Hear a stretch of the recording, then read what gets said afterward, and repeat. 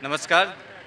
आज हम ग्राम रुल्याणी में एक ऐसी दृश्य गौशाला दिखाने आपको लेने के लिए आए हैं। ऐसा माना जाता है, मेरा विश्वास है कि सालासर के बाद दूसरी गौशाला की संज्ञा इसे हम दे सकते हैं। काफ़ी विशाल और गौशाला बहुत सी सुख सुविधाओं से सुसज्जित है। और मुझे जो जानकारी मिली है कि जैसे यहाँ की गौशाला को गायों की अच्छी तरह से देखभाल और उनको अलग प्रकार से व्यवस्था रखी जा रही है।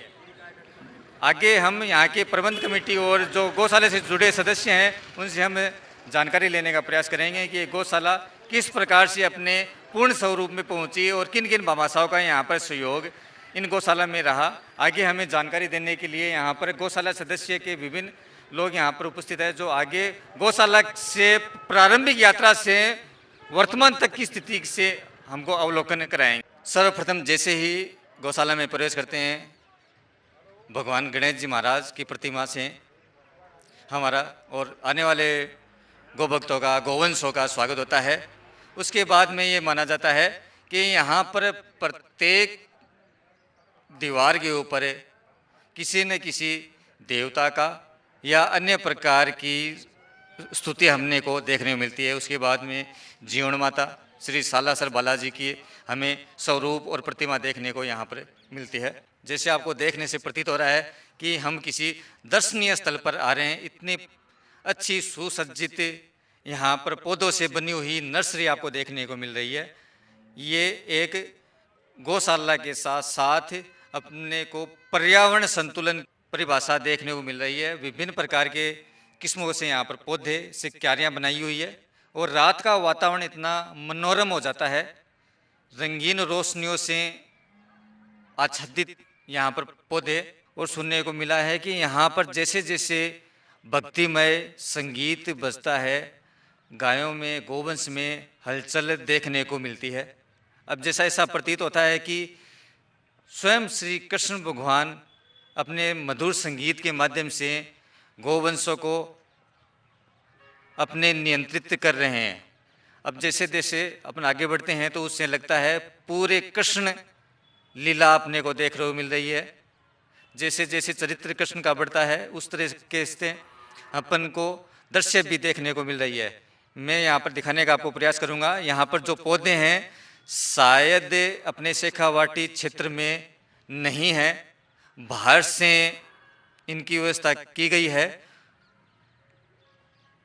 मैं अपने साथी को दिखाने का करने का प्रयास करूंगा कि ये किस्में यहाँ पर शेखावाटी क्षेत्र में नहीं है और शायद किसी गौशाला में आपको देखने को नहीं मिलेगी। ये देखने से ऐसा प्रतीत होता है कि हम किसी गार्डन में, उद्यान में घूमने या भ्रमण करने के लिए आए हैं। रंग बिरंगे फूलों से सुसज्जित यहाँ पर पौधे हैं और ये पौधे जैसे जैसे संध्या काल का समय हो जाता है, ये रोशनी अलग अलग प्रकार की रोशनी से चमकने लगते हैं।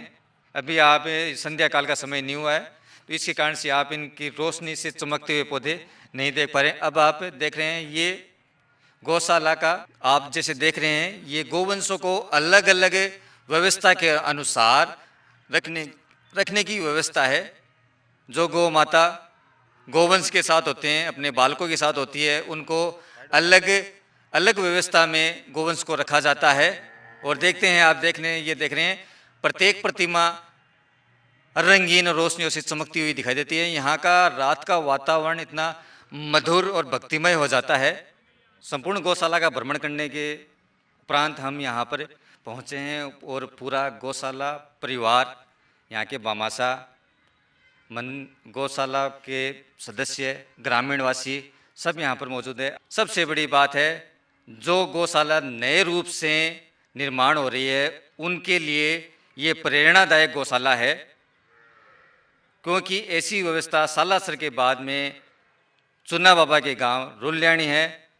हम ईश्वर से ये प्रार्थना करते हैं, जैसे मोहनदास जी महाराज ने सालासर पर कृपा रखी, वहाँ की गौशाला इतनी विशाल विकसित हुई, उसी तरह से यहाँ पर भी मोहनदास जी का आश्रम है और मोहनदास जी से ये निवेदन करते हैं कि यही भी गौशाला उसी रूप से, उसी विशाल स्वरूप में देखने को मिलेगी। आगे हमारे साथ रणजीत सिंह जी मील और अन्य सदस्य हैं जो गौशाला से संबंधित संपूर्ण जानकारी हमें प्रदान करने का प्रयास करेंगे। बड़ी खुशी है कि आप लोग जो है प्रतिवर्ष मेले के आयोजन में भी आते हो और इस प्रकार के कामों की सेवा में भी हमारा सहयोग करते हो। और मैं धन्यवाद करता हूँ बियाणी परिवार का। बियाणी परिवार हमारे गांव के जाए जन्मे इसी गांव में रहे परिवार था और बियाणियों में सागरमल जी शेर जी सबसे पहले यहाँ से बम्बई गए और उनके 4 बेटे थे, ब्रज किशोर जी, हरदत्त राय जी, दीनदयाल जी और घनश्याम जी, 4 भाई थे। और उनके परिवार में हरदत्त राम जी बियाणी की पत्नी श्रीमती संतरा देवी की कोख से श्री विनोद जी, श्री कैलाश जी और श्री भरत भाई का जन्म हुआ, जिन्होंने अपने गांव की सुध ली और गांव की सेवा में सहयोग करने की मन में ठानी। इन्होंने मिलकर के पुरानी हमारी स्कूल थी उसका जीर्णोद्धार करवाया, उसका नवीनीकरण करवाया, रंग रोगन करवा करके इतनी शानदार स्कूल का निर्माण किया कि राजस्थान में प्राइवेट स्कूलों जैसी स्कूल गवर्नमेंट की बना करके दी।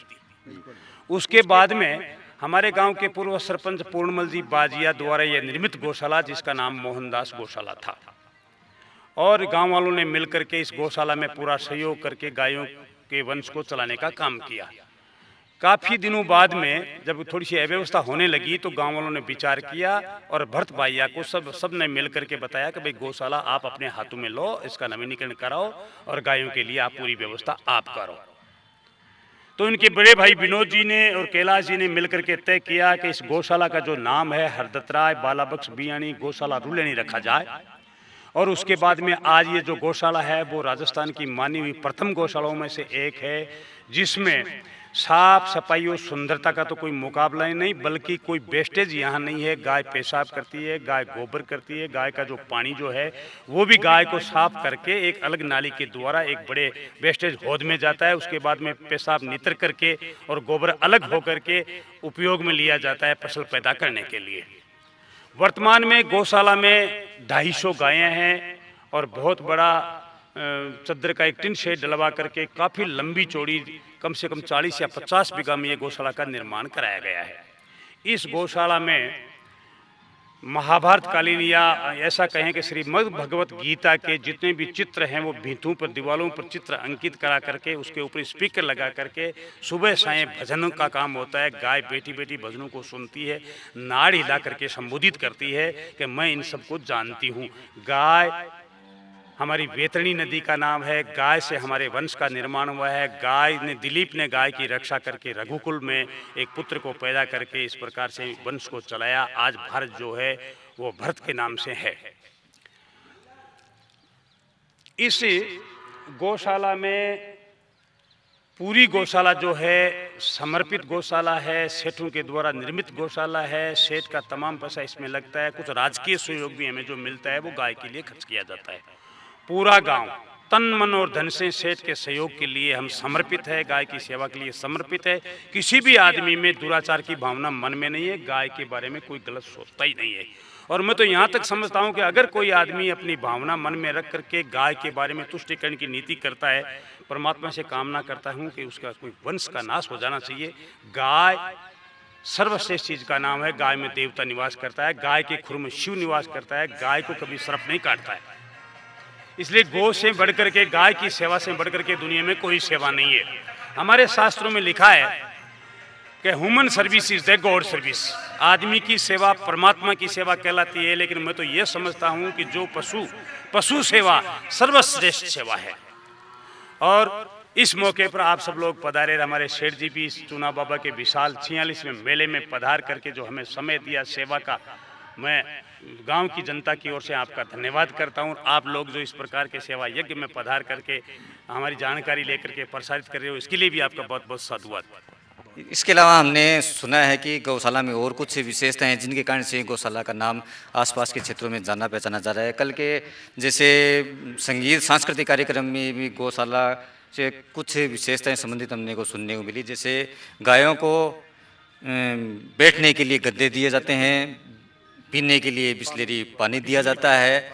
तो शायद लोगों को पीने के लिए पानी नहीं मिलता है, यहाँ पर गोवंश को बिस्लेरी पानी पीने के लिए दिया जाता है। ये एक बड़ी बात है। और हमारे साथ अन्य भी लोग यहाँ पर। सर, हमारे गांव की जो गौशाला है वो देखा जाए तो वास्तव में राजस्थान की नहीं भारत की श्रेष्ठ गौशालाओं में से एक है।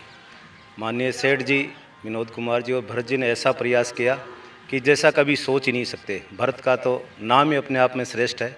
गौशाला में ऐसी ऐसी सुविधाएं कि गायें वास्तव में जैसे वृंदावन में रहती है वैसे यहाँ की गायें रहती हैं। गाय गधे पर सोती हैं और क्रोवर भी लाया जाएगा, शुद्ध पानी पिया जाएगा।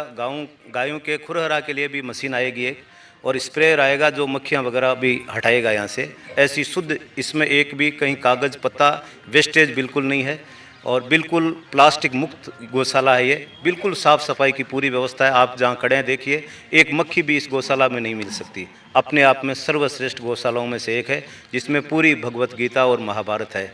ऐसे दृश्य देखने को मिलते हैं। रामलला स्वयं विराजमान है। बहुत बहुत धन्यवाद। जैसा कि आप देख रहे हैं विनोद जी बियानी सर, आपको कैसा ये महसूस होता है कि आपने इतना बड़ा पुण्य काम यहाँ पर किया है और आपके द्वारा भी यहाँ पर पहले भी भविष्य में किया जा रहा है, जिसे स्कूल का निर्माण करके गाँवों को देना। अभी हाल ही में मैंने सुना है कि शहरी क्षेत्र में सिक्कर के बाद में जो तिरंगा, बड़ा तिरंगा इसी रुल्यानी गांव में फहराया गया और अब आपने ये इतनी गाँवों को गौशाला के रूप में इतनी बड़ी उपलब्धि दी है। बाबूजी का हमेशा रुल्यानी से बहुत लगाव रहा है। वो कभी भी कोई चीज़ के लिए ना नहीं करते थे और उन्होंने हमेशा एक ही चीज़ कहा कि आपको इस लायक बनाया है कि आप कुछ करो। और हम तो क्या है, हमको तो समझो ना कि रेडीमेड मिला है, उसी को हमने बढ़ाया है। आज सागरमल जी सबसे सर्वप्रथम गए, मतलब हम लोग उनके सबसे ज़्यादा मतलब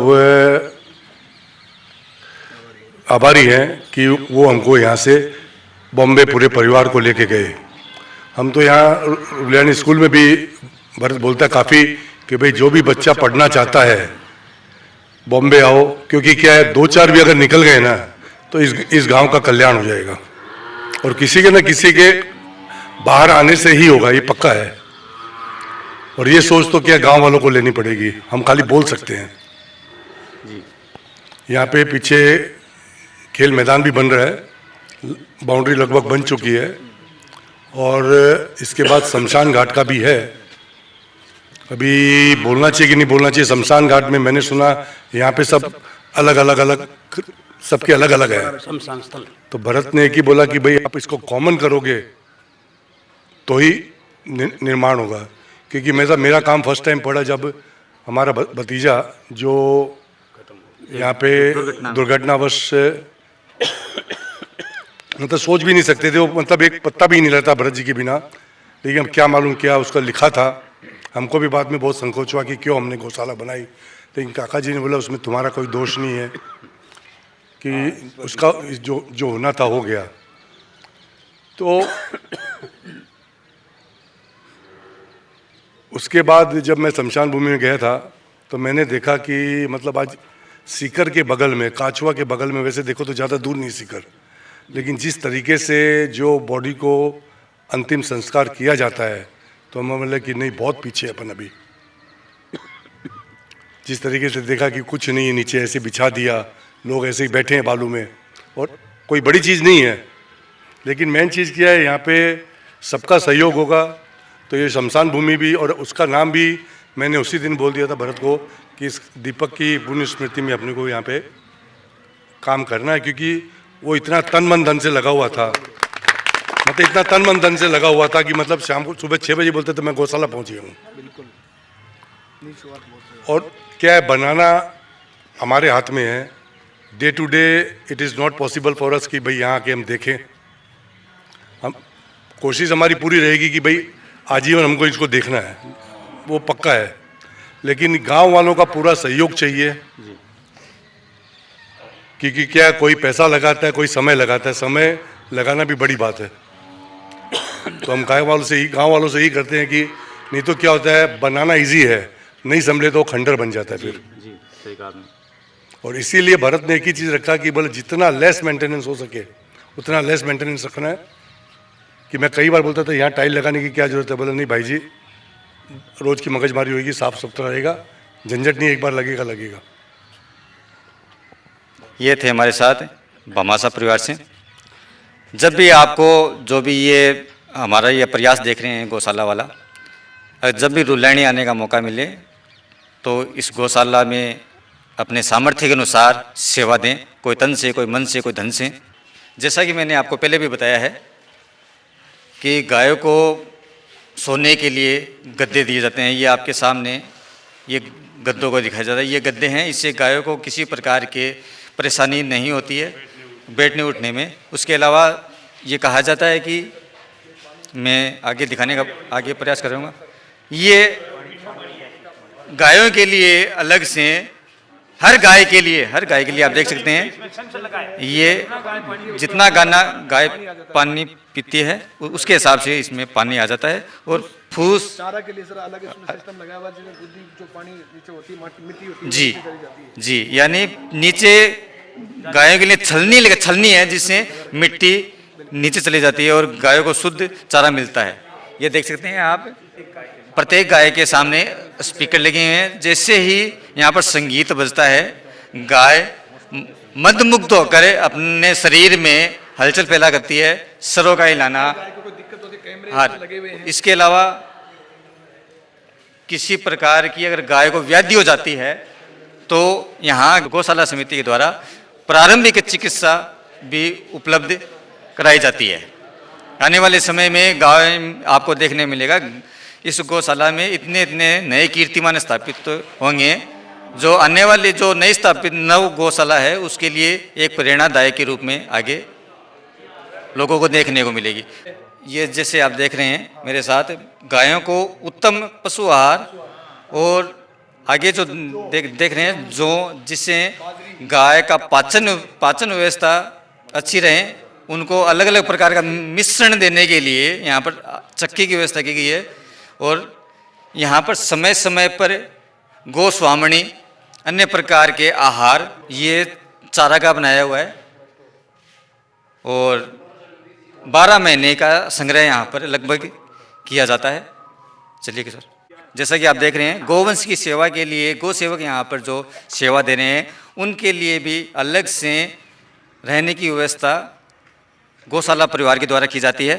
जैसा कि आप ये देख रहे हैं, इनको अलग से सेपरेट रूम, लेट बाथ विथ लेट बाथ यहाँ पर इनको दिया जाता है। अपने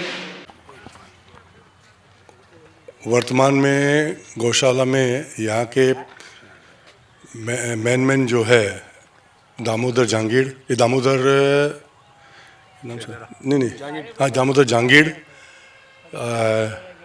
गणपत जी, उसके बाद मुकेश पारिक, मनोज बियानी, गोपाल जी बाजिया और नाथुराम जी। इनको कभी भी हम फ़ोन कर दे तो बोलते कहाँ है, तो बोला गौशाला में है। तो मैं इनको बोलता हूँ घर ही बना लो इधर बैठ के। ये लोग अपना काफ़ी समय देते हैं, तो हमको यहाँ तक मतलब इस तरीके से बनने में इनका बहुत पूर्ण सहयोग रहा है।